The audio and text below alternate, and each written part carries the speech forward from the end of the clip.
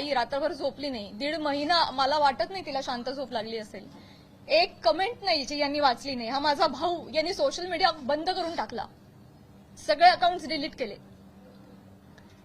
आज हा प्रसंग फक्त माझ्याशी निगडीत राहिलेला नाहीये, हा माझ्या कुटुंबावर त्याचा परिणाम होतोय आणि अत्यंत वाईट परिणाम होतोय.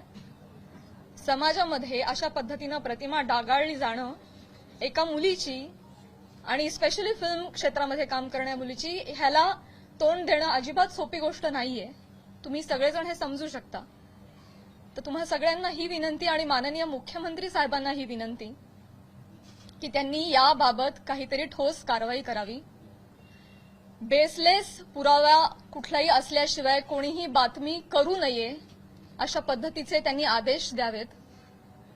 या निमित्तानं मी करुणाताईंना सुद्धा विनंती करू इच्छिते आणि हे सांगू इच्छिते की तुम्ही स्वतः एक महिला आहात. तुम्हाला महिलांना होणारा त्रास तुम्ही समजू शकता. या पुरुष प्रधान संस्कृतीमध्ये जर महिलाच महिलांच्या पाठीशी उभ्या नाही राहिल्या आणि चिखलफेक करत राहिल्या तर कसं होणार?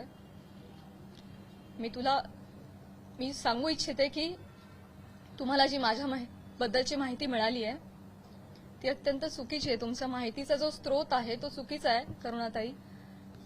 आणि आय एम शुअर की इथून पुढे तुम्ही कुठल्याही गोष्टीची खातरजमा केल्याशिवाय, शहानिशा केल्याशिवाय तुम्ही असं वक्तव्य करणार नाही आणि महिलांच्या बाबतीत तुम्ही देखील संवेदनशील राहाल अशी मी खात्री बाळगते आणि ही मी तुम्हाला विनंती करते.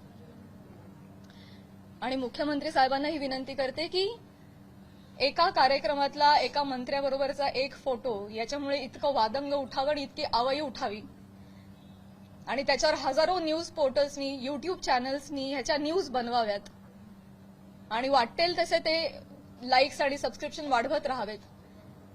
त्यांना भीती नाहीये की याच्यावर कोणीही काहीतरी ऍक्शन घेईल म्हणून ते हे करतात.